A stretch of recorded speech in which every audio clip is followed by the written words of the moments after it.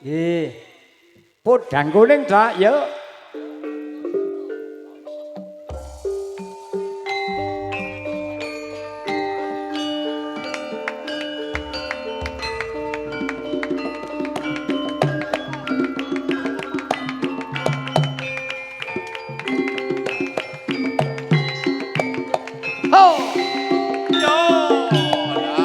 Iya, ngudi laras.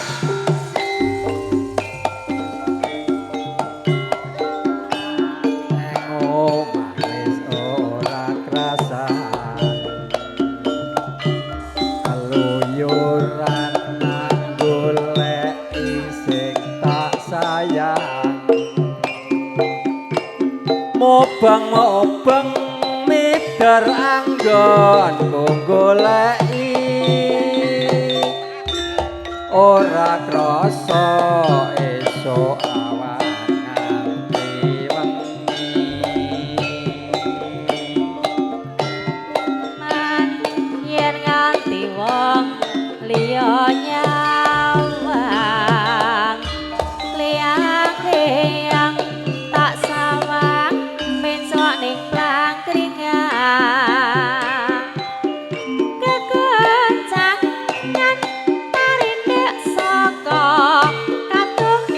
Galo as sari ngoceh dheweke ngaleh pencelokan monggo Rama elo kae tak suwun mbok aja ngece ae podang kuning heeh asile ser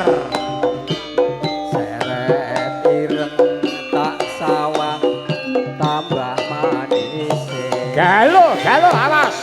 Loh, babu. Yen lakonnya anding sira.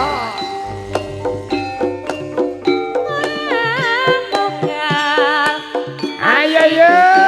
Kiwang liat.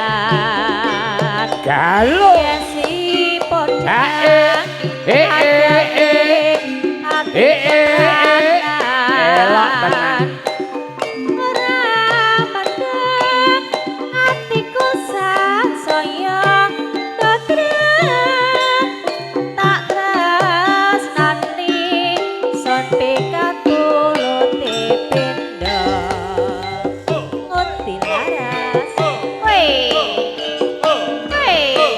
Tak sesarenganmu dilaras karawitan dong bayune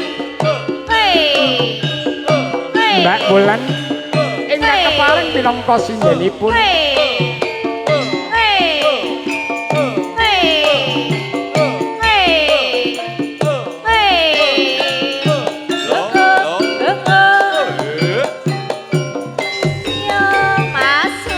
esuk awak neng omah wis ora krasan keluyuran nang goleki sing tak sayang mobang-mobang midar anggonku goleki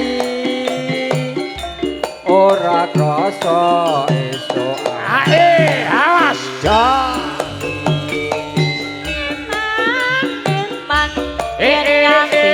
wong elok tenan liang tak sawang menclong ning plangkringan kegocangan tarindek saka katongan ngoceh awas dheweke ngaleh penak tenan elo kae tak suwun mbok aja ngece ser podang kuning gawe pikirku komeng ae retireng tak sawang tambah manise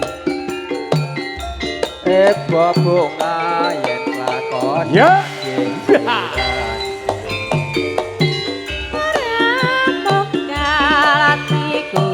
kekliwang liyan elok ya si podang Yeha. Buka sithik. Kepranan. Ramadang atiku sancaya dadrang. Tak senanani sun pikatulute penya.